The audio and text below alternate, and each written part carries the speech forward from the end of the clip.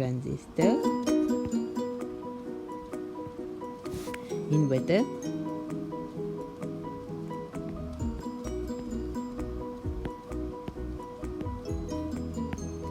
in and out. Okay, I'm going to draw connection. Okay, so let's draw the PMOS first.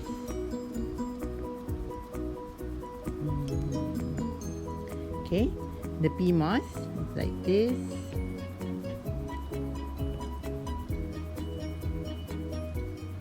Okay, you can use color pencils or whatever that is easier for you guys. Okay, so this is the PMOS. So you know here is the drain, gate and source. And for the PMOS, we need to have a poly. This is the poly layer, and we want to do the connection. So this is the legend. This is poly.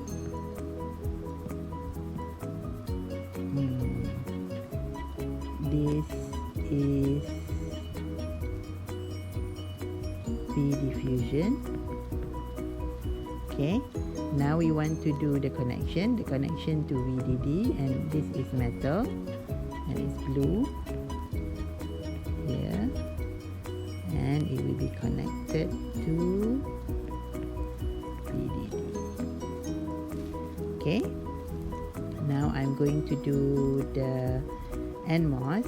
I'm going to choose a different color. This is NMOS.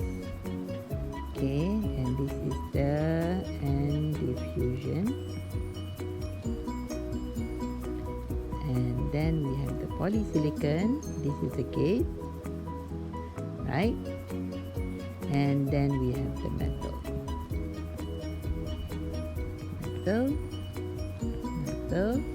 And this is this connection over here. This is the same. This we will label as out. And we connect to ground. This is ground. So the only thing that we haven't connected is the input. Okay, you have two choices of the input. You can connect it either using poly. So this is the input here. You can either connect it using poly. Here, this is we connect the input of the NMOS to the input of the PMOS. Or you can also do, this one will have less resistance. We can connect it using a metal layer. So you connect it using metal and put back poly. Okay, so now you have your inverter. So this layout is not area efficient, as you can see. We take up a lot of space, right? So now I put here, this is metal and this X is the contact, right? So the contact means you are connecting between two layers, right? So in this case, it's connecting the metal to the poly. In this case, it's connecting the diffusion with the metal. So the contact has to be between two layers. And this ground is connecting the ground and the metal to the substrate. Okay, so how do we make the, I will do the minimization in the next video. Okay, make the inverter into a smaller area, right? How do you make it into a smaller area? We can rotate this into 90 degrees. So everything will be rotated 90 degrees. So let's start with the diffusion. Okay, so the diffusion here, the PMOS, and then the NMOS. Now the polysilicon, So you can see here it is smaller, and this means that the NMOS is already connected to the PMOS, and this will be your input. Okay, so one end is connected to the ground, so we now connected to the ground. This is connected to the ground, and this one is connected to VDD. Okay, I've done this. Okay, what is left now is your output, and this is your out. So this connection is the most minimum size. So what if you have two inverters back to back? Let's say you have two inverters back to back. Here we are connecting to another inverter.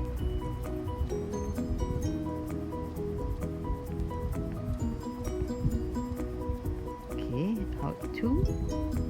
Okay, so you just do the same thing. You just replicate. So this is the good part of having standard size gates. You can replicate it easily. So this is the second input, second inverter. Oops. Okay, this is connected to ground. Grounds have to be connected together.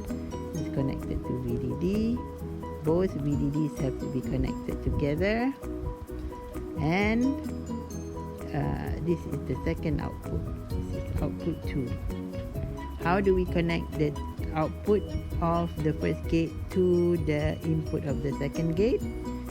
So we pull this metal and we put a contact.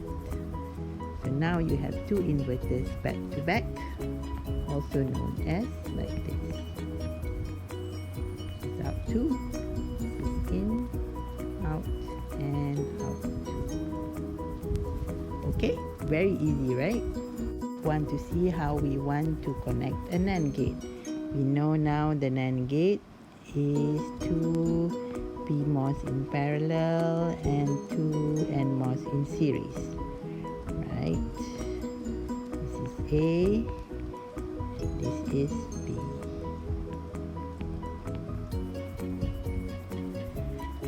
So you can see here these two have two resistors in series, 1R and 2R, and this is RR.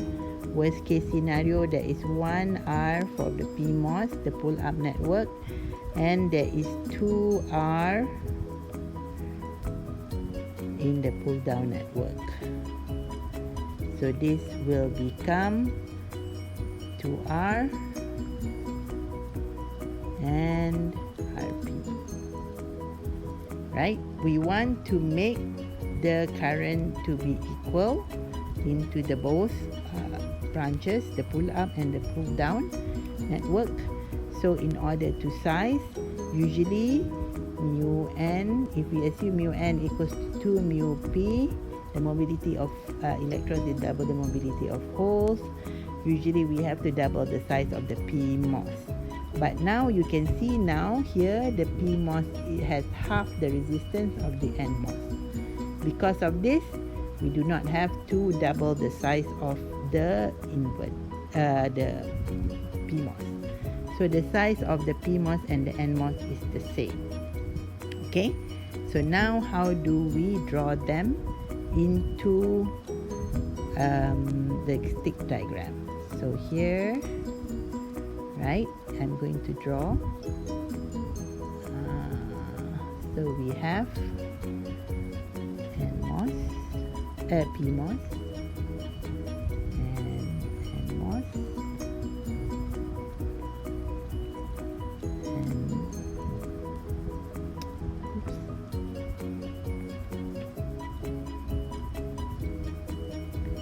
and NMOS. Okay, so usually you would connect it like this. Okay, this is how you would connect. Okay, then the metal. This is A. Okay, A the gate of this is connected to the gate of the PMOS. Gate of the PMOS is connected to the gate of the NMOS. Okay, gate of the NMOS is connected to the gate of the PMOS. This is B and this is A. Oops.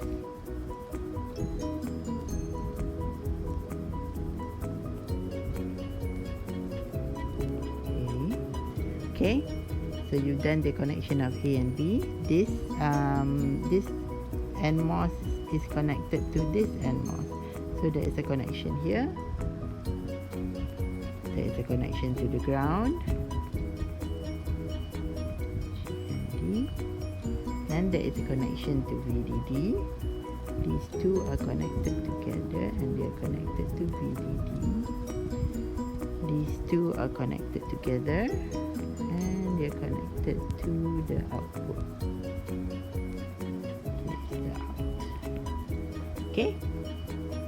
This is of course the very messy diagram. So we want to simplify it. Okay. So simplify, again you rotate them into 90 degrees. Okay, rotate everybody. So we rotate with the NMOS first. PMOS first.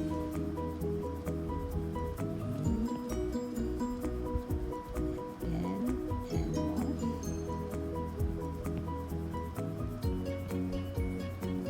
Okay, now you can see poly.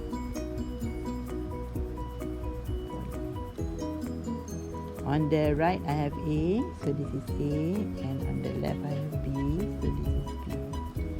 Okay, so the connection of the A, the connection of the A is connected to ground.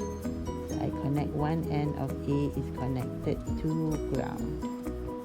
This is ground. Now A is connected to B. A is connected to B. This is done. Okay, now we look at the PMOS. I will not do the output yet until I have connected the two PMOS.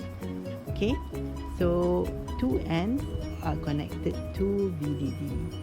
So this is connected to VDD, one is connected to VDD, and the other, for the B transistor, this is connected to VDD. So I connect like this. Connected to VDD, and each side of the transistor, the source, the drain of the transistor is connected to the output. These two are connected, and they are connected to the output.